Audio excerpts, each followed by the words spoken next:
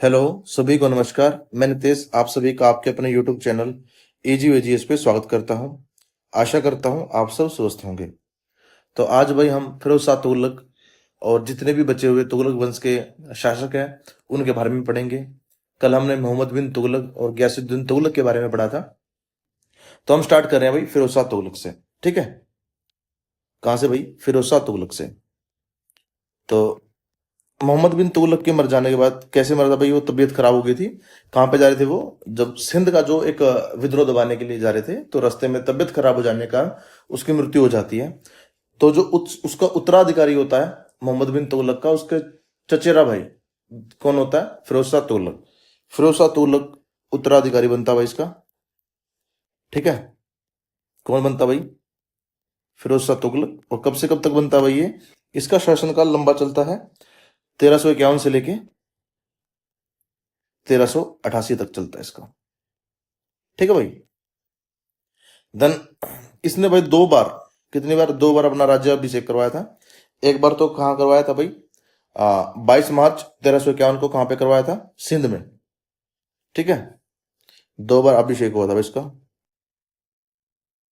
दो बार राज्याभिषेक हुआ।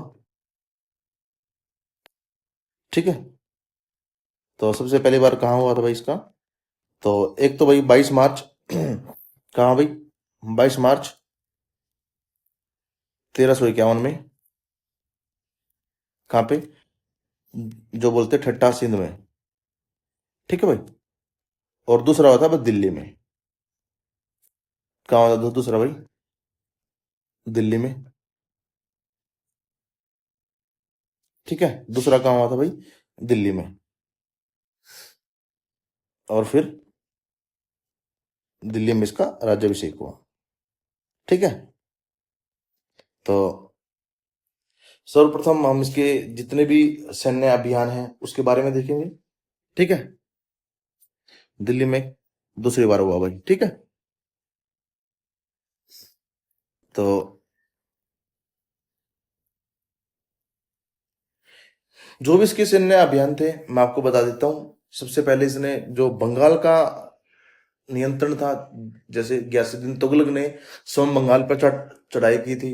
और वहां के उड़ीसा के जाजनगर जो एक क्षेत्र पड़ता है, उसके शासक भानुदेव थे। भानुदेव को वहां पे पराजित किया था। और जब फिर आते वक्त ये मिथिला के जो राजा थे हरि सिंह को भी पराजित करके बिहार में बना मतलब अपना स्थायित्व जमा लिया था। ठीक है, तो बिहार भी दिल्ली सल्तनत के अंडर में आ गया था। तो अब क्या होता है, जैसे मोहम्मद बिन तुगलक के बारे में हमने पढ़ा था। इसको क्या बोला था भाई? भाग्यहीन, आदर्शवादी, रक्त पिपासु। क्योंकि इसकी जितनी भी योजनाएं थी सब बार बार फेल हो रही थी। तो सब ने भाई इसके टाइम में इतना विद्रोह हुआ था। जैसे हमने वारंगल में कन्या का विद्रोह देखा था, तागी का विद्रोह देखा था। ठीक है जी, एहसान का हमने विद्रोह देखा था। तो मोहम्मद बिन तुगलक काल में बहुत ज्यादा विद्रोह हुए थे। तो इसमें भाई जो क्या, बंगाल है जो, कौन सा भाई? बंगाल। बंगाल भी अपने आप को स्वतंत्र घोषित कर देता है। ठीक है, तो हम क्या देखेंगे अभी? फिरोज शाह तुगलक के जितने भी सैन्य अभियान थे। ठीक है, तो सैन्य अभियान देखते हैं वहीं। सैन्य अभियान, तो सबसे पहला भाई सैन्य अभियान करता है बंगाल में। कहाँ पे करता है? बंगाल में। क्योंकि बंगाल दिल्ली से नियंत्रण से बाहर हो जाता है, अपने आप को स्वतंत्र कर लेता है। ठीक है, तो क्या होता भाई? बंगाल खुद को स्वतंत्र कर लेता है। बंगाल दिल्ली के नियंत्रण से बाहर हो जाता है। ठीक है, नियंत्रण से बाहर हो जाता है। तो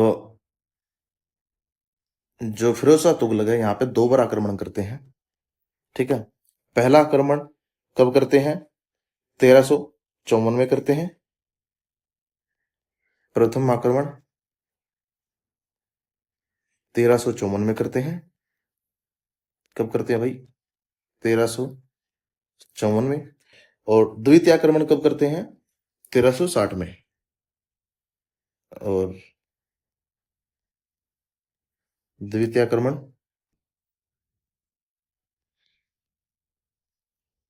द्वितीय आक्रमण कब करते हैं? 1360 में। तो ये भाई 2 बार आक्रमण करते हैं और दोनों बार असफल हो जाते हैं, लेकिन दोनों बार असफल हो जाते हैं। ठीक है, दोनों बार असफल हो जाते हैं।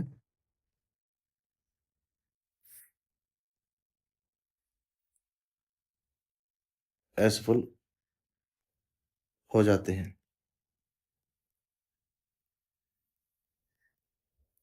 देन उसके बाद भाई ये 1360 में ही कहाँ पे जाते हैं? ये उड़ीसा के झांझनगर में। ये फिर जो भानुदेव तृतीय होते हैं उस पर चढ़ाई करते हैं और उसको परास्त करते हैं, और साथ में जितना भी जगन्नाथ में मंदिर को नष्ट करते हैं, और जितनी भी संपत्ति थी जगन्नाथ मंदिर जी की, उसमें सारी संपत्ति को लूट लेते हैं। ठीक है, तो 1360 में कहाँ पे करते हैं? 1360 में जो उड़ीसा, कहाँ पे? उड़ीसा के झांझनगर में करते हैं।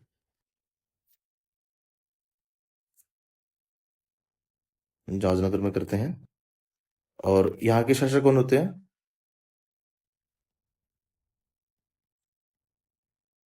तो यहाँ के शासक भानुदेव तृतीय होते हैं।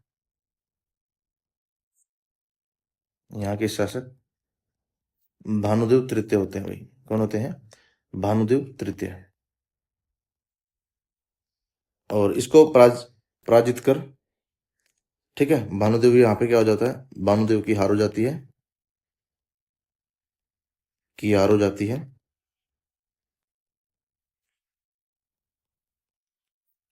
और फिरोज शाह तुगलक, कौन है भाई? फिरोज शाह तुगलक क्या करता है भाई? पूरे जगन्नाथ मंदिर को नष्ट कर देता है। फिरोज शाह तुगलक जगन्नाथ मंदिर को नष्ट कर देता है।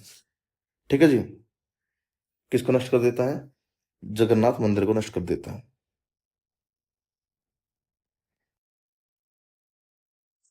जगन्नाथ मंदिर को नष्ट कर देता है। ठीक है भाई, मतलब ये इसका सफल अभियान था। कौन सा? जो उड़ीसा के झांझनगर, जहाँ के शासक कौन थे? भानुदेव तृतीय। देन उसके बाद भाई 1361 में ये कांगड़ा, जो हिमाचल प्रदेश में सफल अभियान करते हैं। वहां पे ज्वाला जी जो का मंदिर है भाई, ज्वाला जी मुखी जो मंदिर है, वहां पे ये जाते हैं और जो ज्वाला जी मंदिर है उसको भी ये नष्ट करते हैं। और यहाँ से ये 1300 संस्कृत ग्रंथ प्राप्त करते हैं। ठीक है, और इनका जो अनुवाद है वो फारसी में करवाते हैं। इंपॉर्टेंट है, लिखोगे 1361 में ये कांगड़ा। कांगड़ा कहाँ है? हिमाचल प्रदेश में। हिमाचल प्रदेश में भाई ये सफल अभियान करते हैं।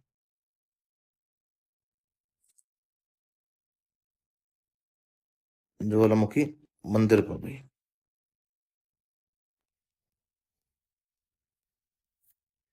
ठीक है, तो यहाँ का ही सफल अभियान होता है भाई। इसके 2 सफल अभियान हुए थे, एक तो कहाँ का? उड़ीसा का, और एक जो हिमाचल प्रदेश कांगड़ा में। ठीक है, और यहाँ से क्या लिया था इसने? कांगड़ा से 1300 ग्रंथ लिए थे संस्कृत। ठीक है, 1300 संस्कृत ग्रंथ प्राप्त किए थे। संस्कृत ग्रंथ प्राप्त करके इनको फारसी में अनुवाद करवाया था। और फारसी में अनुवाद करवाया था। कौन से में भाई? फारसी भाषा में। फारसी भाषा में अनुवाद किए। ठीक है,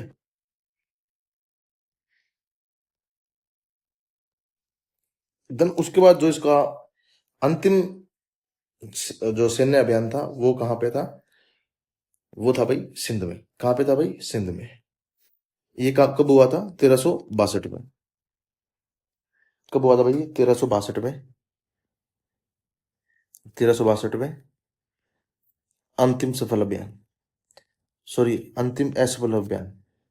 अंतिम जो सैन्य अभियान लिख लो अभी तो, सैन्य अभियान जो कि ये भी असफल रहा था। ये कहाँ हुआ था भाई? ठट्टा में हुआ था। सिंध में असफल अभियान था। क्या था ये भी? असफल अभियान था।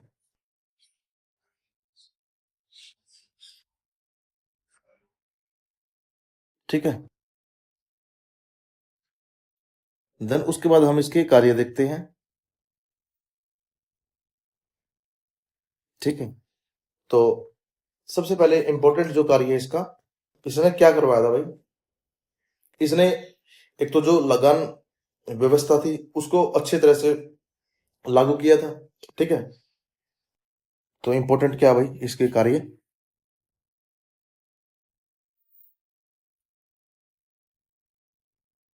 कार्य। तो इसने क्या किया था भाई? मतलब सर्वप्रथम लगान व्यवस्था को सही किया।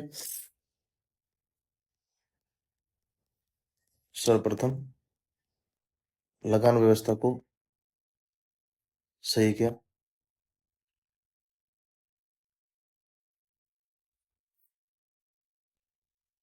ठीक है भाई। और भाई इसने जो कर था, 1/5 भाग की जगह 1/3 भाग कर दिया था कर को। 1/5 भाग से मतलब 20% से 33% कर दिया था। 1/3 भाग कर दिया था। मीन्स 20% से बढ़ाकर 33% कर दिया था। कितना कर दिया था भाई? 33% कर दिया था। इंपॉर्टेंट है ये लाइन भाई, लिखना है। देन उसके बाद भाई इसने, ये भाई ऐसा राजा रहा था जो सर्वप्रथम जो जजिया कर था किस पे लगाया था? ब्राह्मणों पे। सर्वप्रथम जजिया कर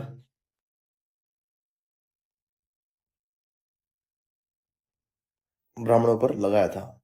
किस पर लगाया था भाई? ब्राह्मणों पर लगाया था।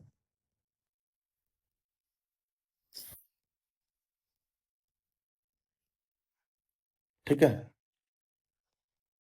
देन इसने भाई जितने भी कर थे सब कर को समाप्त कर इसने बस 4 कर रखे थे।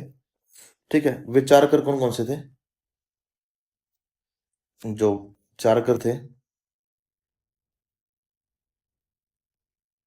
सबसे पहले था भाई खराज। कौन सा था भाई? खराज। ठीक है।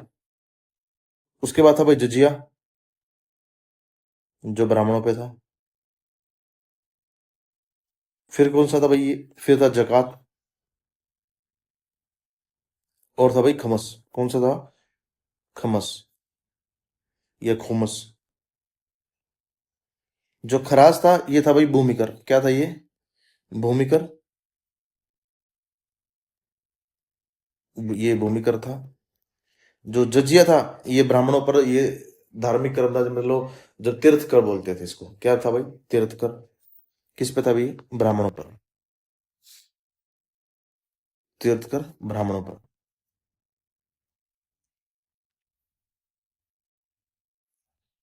देन उसके बाद जो जकात था, जकात था भाई दान संबंधी।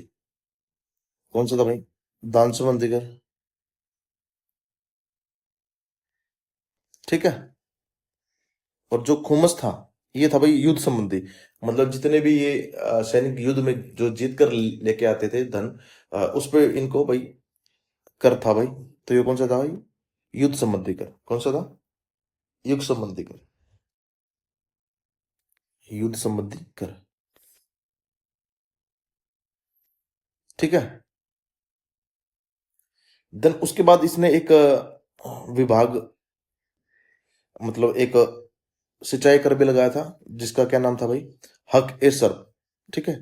इसमें लिखवा देता हूँ, सिंचाई कर कौन सा था? 5वां था भाई सिंचाई का। जो था भाई कौन सा था? हक ए सर। क्या था भाई? हक ए सर। इंपॉर्टेंट है, मोस्ट इंपॉर्टेंट है। हक ए सर्व। ठीक है। ये क्या था भाई? सिंचाई कर था ये।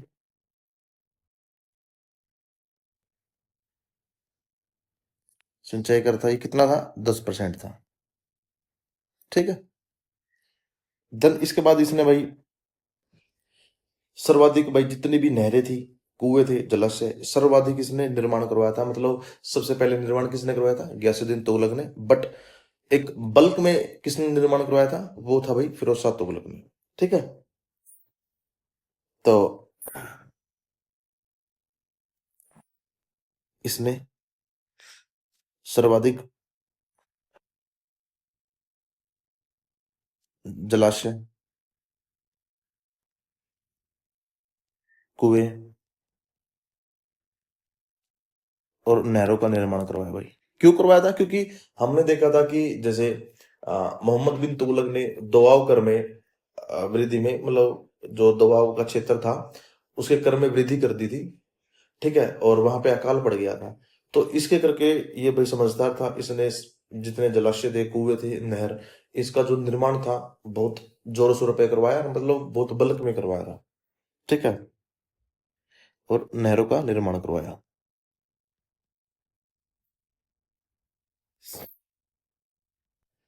ठीक है।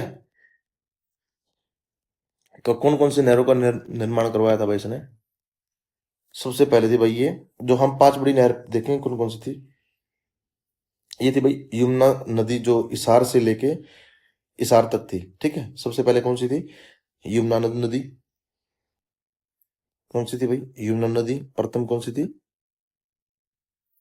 जो यमुना नदी से इसार तक। ठीक है, और इस नहर को क्या बोलते थे, उलूक खानी। क्या बोलते थे, उलूक खानी। ठीक है, यमुना नदी से इसार तक, नदी से इसार तक।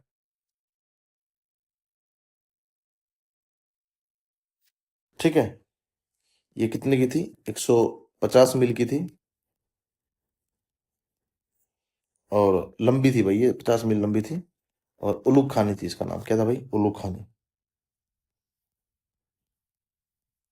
ठीक है, जो दूसरी इसका निर्माण करवाया था इस नहर का, वो थी भाई सतलज से घग्गर तक। ठीक है, कहां से भाई, सतलज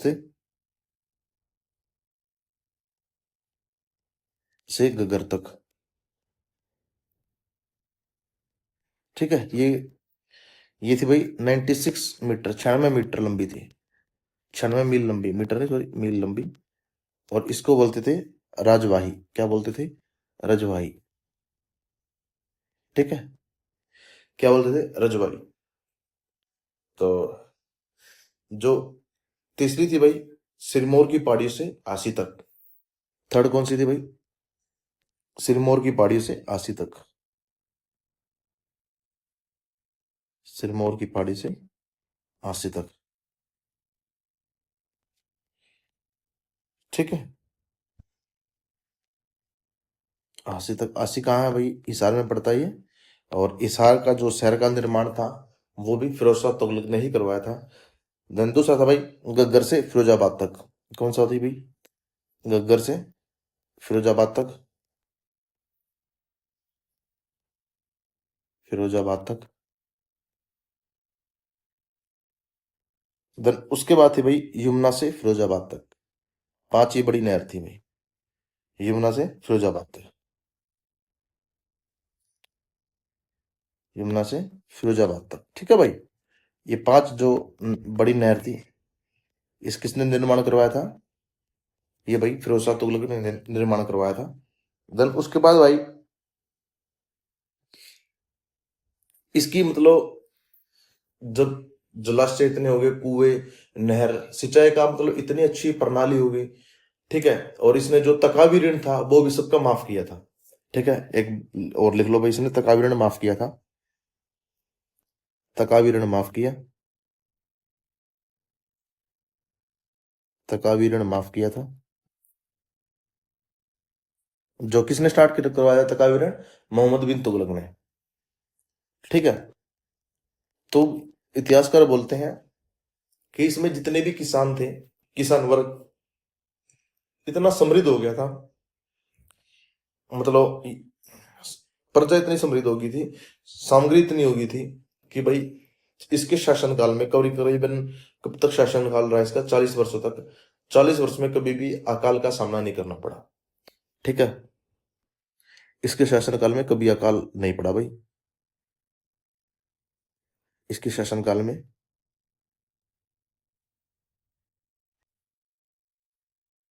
कभी भी अकाल नहीं पड़ा।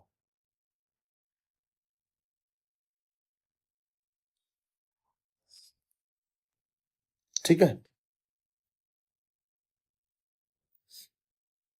देन उसके बाद भाई इसने आय जो आय में वृद्धि के लिए कौन क्या क्या नीति अपनाई इसने भाई? 1200 फलों के बाग लगवाए। ठीक है। किसने भाई क्या करवाए इसने? 1200 फलों के बाग लगवाए।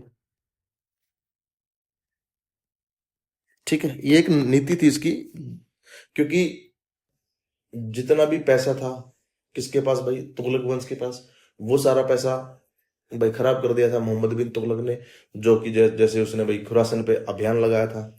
ठीक है। मध्य एशिया में, जिसमें करीबन करीबन 3,70,000 सैनिक थे, उनको अग्रिम वेतन देना, तकावी ऋण भाई, अकाल पड़ने, देन उसका भाई राजधानी चेंज करना। तो भाई जो राजकोष में जितना भी पैसा था वो सब निकल गया था, पैसा नहीं बचा था। तो इसने पैसा इकट्ठे करने के लिए ये नीति अपनाई थी कि भाई 1200 फलों के बाग लगवाए। ठीक है, सिंचाई का निर्माण करवाया, ब्राह्मणों पर जजिया लगाया। तो ये भाई इसका क्या था? अपनी आय में वृद्धि करना। क्या था भाई? अपनी आय में वृद्धि करना। ठीक है। और जो इसकी यहाँ से आय होती थी वो थी 1,80,000 टका प्रति वर्ष। ठीक है। बागों से कितनी आय होती थी? बागों से 1,80,000 टका प्रति वर्ष। ठीक है।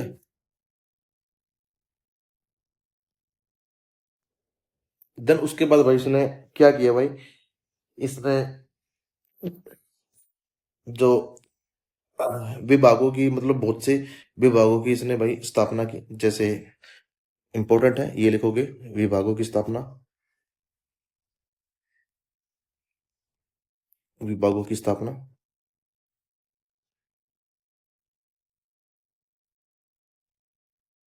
तो कौन कौन से विभाग की स्थापना की थी भाई?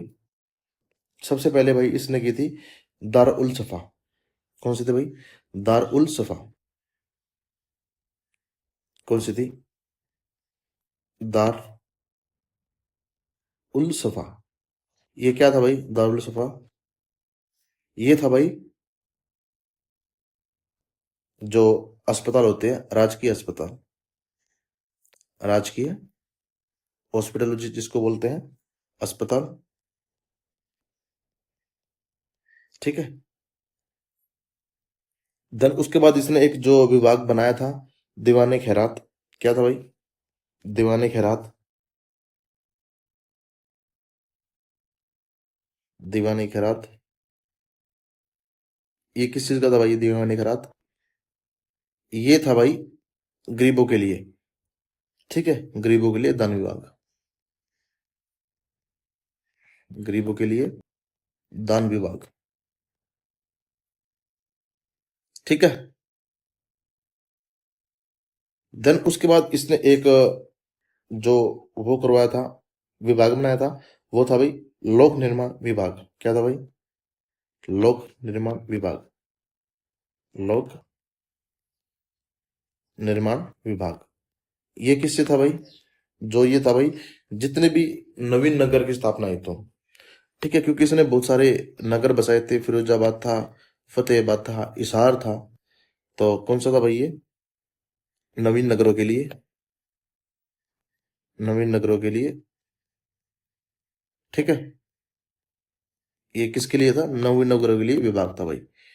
देन उसके बाद इसने दफ्तर एवं रोजगार। कौन सा था भाई? दफ्तर ए रोजगार। दफ्तर ए रोजगार, ये किसके लिए था? ये बेरोजगारों के लिए था। किसके लिए था भाई? बेरोजगारों के लिए। ठीक है। किसके लिए था भाई? बेरोजगारों के लिए था। ठीक है।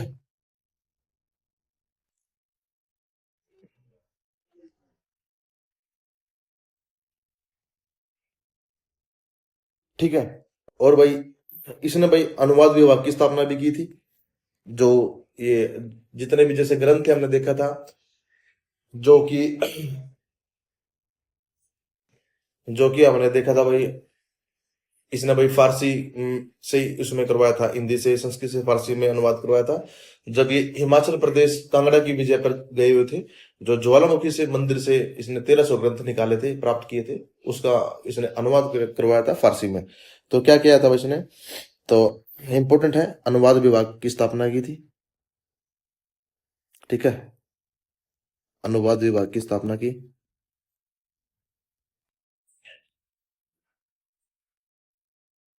ठीक है, स्थापना की। देन उसके बाद इसने भाई दीवाने बंदगान बनवाया था। ठीक है, दासों के लिए। कौन सा था भाई, दीवाने बंदगान। दीवाने बंदगान, ये किसके लिए था भाई, ये था दासों के लिए। किसके लिए था भाई, दासों के लिए।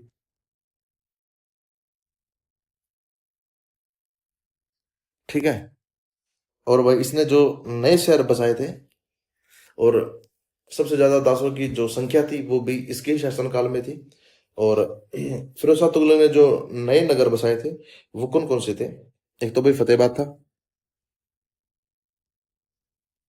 नए नगर। कौन कौन सा था भाई, फतेहाबाद। ठीक है, हिसार। ठीक है, फिरोजपुर।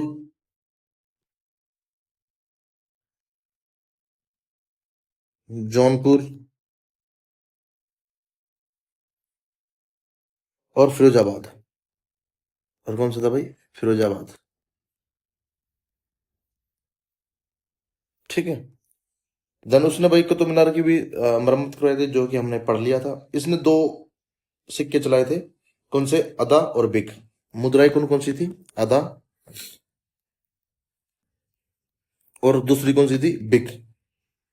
कौन सी थी भाई, बिक। जो अदा थी ये कौन सी थी, तांबे की मुद्रा थी।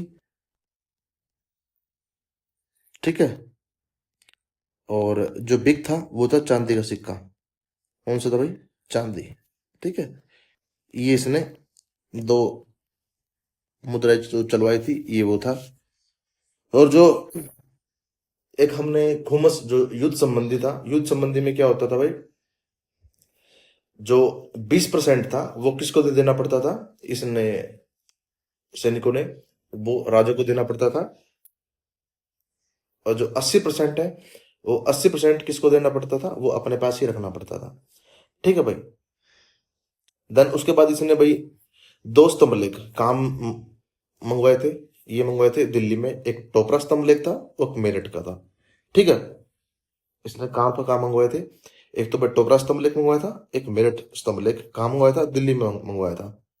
ठीक है, जो उसके बाद भाई इसने एक अपनी पुस्तक लिखी थी, जिसका नाम क्या था भाई, आत्मकथा फतुहात ए फिरोज शाही। इसने अपनी आत्मकथा खुद लिखी थी।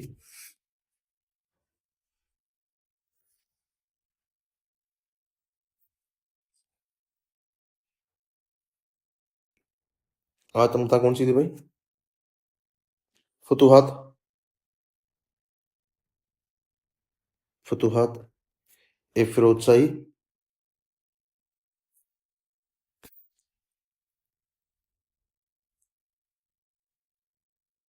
ये स्वयं लिखी थी। ठीक है, और जो इसको क्या बोलते हैं, इसको दिल्ली सल्तनत का अकबर बोलते हैं। इसको क्या बोलते हैं, दिल्ली सल्तनत का क्या बोलते हैं, अकबर बोलते हैं। और इसने इंपॉर्टेंट एक काम था भाई, जो क्या काम था भाई, इसने जो दर्शन व जो नक्षत्र विज्ञान से संबंधित जो ग्रंथ था, जिसका नाम भाई संस्कृत ग्रंथ बोलते हैं, उसको इसने फारसी में अनुवाद करवाया था। और इसका नाम क्या रखा था, दलायले फिरोज शाही। ठीक है, क्या रखा था भाई, जो दर्शन शास्त्र था, दर्शन व नक्षत्र, ठीक है, विज्ञान था, जो एक संस्कृत ग्रंथ था। ठीक है, संस्कृत ग्रंथ था, इसने भाई क्या करवाया भाई, फारसी में अनुवाद करवाया, फारसी में अनुवाद किया था भाई, ठीक है। और उसका नाम क्या रखा, उसका नाम रखा भाई दलाइल फिलोसाई, ठीक है। और उसका नाम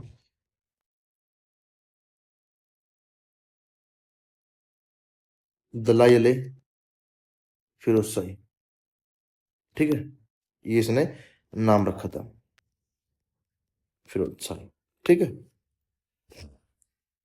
देन भाई इसको बोलते हैं भारत का पहला कल्याणकारी निरंकुश शासक, ठीक है। क्या बोलते हैं, इंपॉर्टेंट लाइन है, स्टार मार्क कर लो।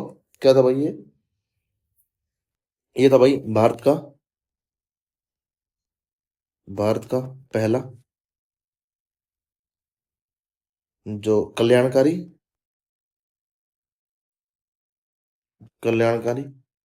निरंकुश शासक, ठीक है। और जो हेनरी एलियट थी, जिसने क्या था, जिसने बताया था कि मोहम्मद बिन जो ये मोहम्मद गजनवी था, इसके आक्रमण के भाई इस जो प्रभाव थे और जो इसका पीछे का रीजन था वो बताया था, हेनरी एलियट ने ही बताया था ना कि जो गजनवी ने 17 बार आक्रमण किए थे। और यही एक इतिहासकार है जो हेनरी एलियट है। हेनरी एलियट ने क्या कहता, सल्तनत युद्ध का अकबर, ठीक है। हेनरी एलियट ने फिरोज को क्या कहा था, सल्तनत का,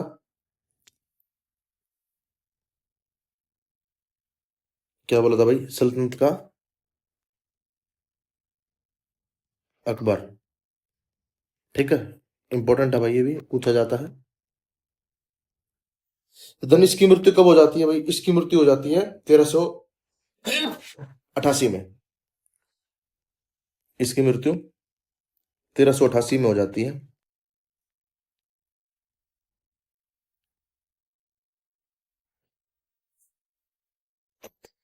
कब हो जाती है इसकी मृत्यु, 1388 में। और इसके बाद जो शासन करते हैं, कौन कौन करते हैं, इसके बाद शासन आता है भाई गयासुद्दीन तुगलक द्वितीय। इसके बाद कौन आता भाई, गयासुद्दीन तुगलक द्वितीय, ठीक है।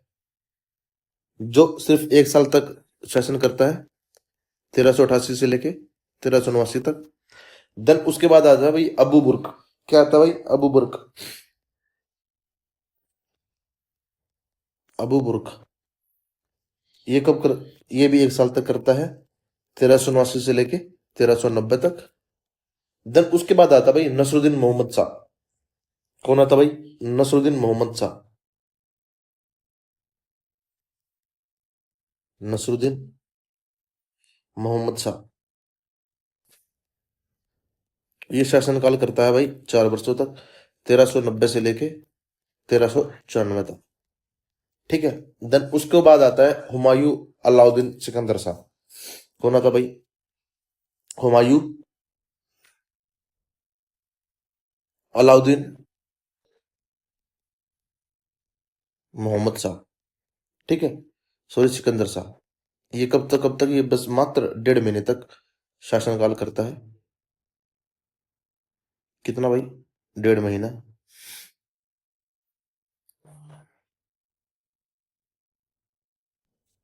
1.5 माह तक, ठीक है। देन उसके बाद जो आते हैं, जिसका नाम होता है अभी नसरुद्दीन मोहम्मद शाह। ये जो द्वितीय होते हैं, ये कब से कब तक करते हैं, 1394 से लेके 1412 तक। कौन है भाई, नसरुद्दीन मोहम्मद शाह। जो द्वितीय है ये कब करते हैं, 1394 से लेके 1412 तक, ठीक है। देन उसके बाद भाई क्या होता है भाई, जो नसरुद्दीन मोहम्मद शाह का शासनकाल होता है द्वितीय का, ठीक है, जो कि 1394 से लेकर 1412 तक होता है। तो 1399 में क्या होता भाई, जो समरकंद के शासक थे, कौन थे, तैमूरलंग। तैमूरलंग ने भाई दिल्ली पर आक्रमण किया था और पूरे दिल्ली को तहस नहस कर दिया था। और ये डर के मारे कहाँ भाग गया था भाई, ये यहाँ से चला गया था, दिल्ली से, दिल्ली छोड़कर भाग गया था। जब 1405 में तैमूरलंग की मृत्यु होती है, ये दोबारा दिल्ली में आता है, ठीक है। तब तक कौन कौन स्वतंत्र हो चुका होता था, जौनपुर, गुजरात और मालवा, ठीक है। ये भाई स्वतंत्र हो चुके होते थे, ठीक है। तो उसके बाद जो दौलत खां लोधी था भाई, 1412 के बाद सर्वसम्मति से दौलत खां लोधी इसके यहाँ का शासक बनाया जाता है, ठीक है। और दौलत खां लोधी को कौन पराजित करता है, खिजर खां। लिखवा देता हूं मैं आपको। तो क्या होता भाई, हाँ, सन 1399 में, 1398-99 में समरकंद के शासक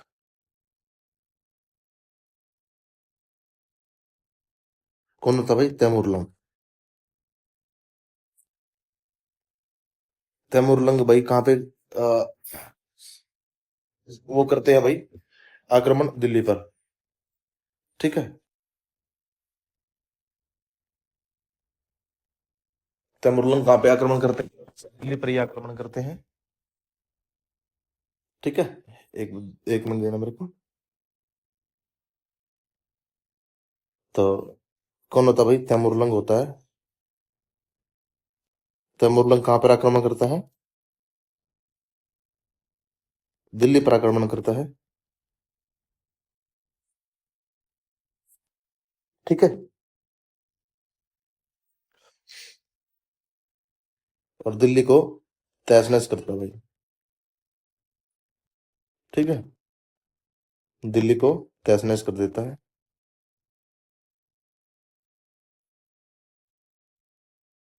ठीक है।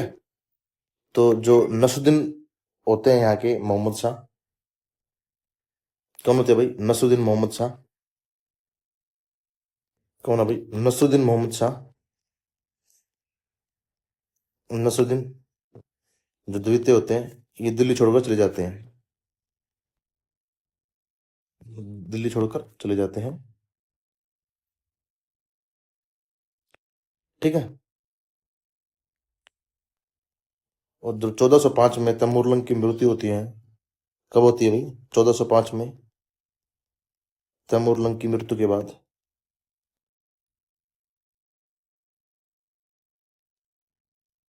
ये भाई आता है कहाँ पे, दिल्ली में। ये दिल्ली आता है,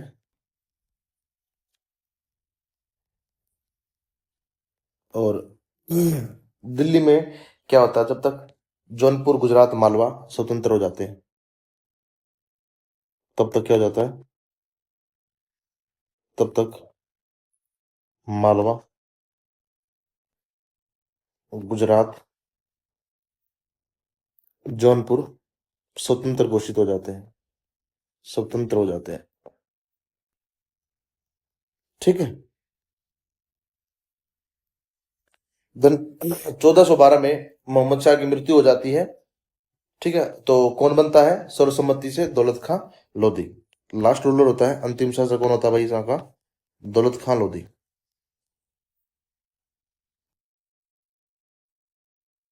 अंतिम शासक कौन होता है, दौलत खां लोधी। दौलत खां लोधी, जिसका शासनकाल कब से कब तक होता है भाई, इसका शासनकाल होता है भाई 1412 से लेके 1414 तक। और ये सर्वसम्मति से बनता है। और 1414 में कौन होता है भाई, जो खिजर खां थे, खिजर खां इसको भाई मार डालते हैं और सैयद वंश की नींव डालते हैं। 1414 में क्या होता है भाई, 1414 में दौलत खां को मार देते हैं। खां को कौन मार देता है, खिजर खां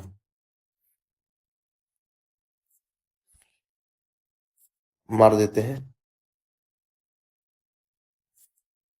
और एक नए राजवंश की नींव डालते हैं, जो कि है सैयद वंश। कल हम सैयद वंश पढ़ेंगे दिल्ली सल्तनत में। और आज के लिए बस इतना ही था। और फिर भाई इसको खत्म करने के बाद कल हम पूरा दिल्ली सल्तनत को खत्म कर देंगे। फिर हम मुगल साम्राज्य को देखेंगे, और जितने भी जो दिल्ली सल्तनत के बाद हैं या फिर मुगल साम्राज्य के बाद जितने भी भाई स्वतंत्र जो क्षेत्र थे, जैसे जौनपुर था, मालवा था, हम उनके बारे में पढ़ेंगे। ठीक है। पीडीएफ के लिए आप कहाँ जाओगे? ईजीवी जीएस ऑफिशियल पे,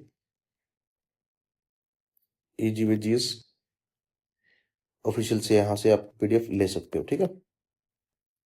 थैंक यू। जय हिंद, जय माँ भारती।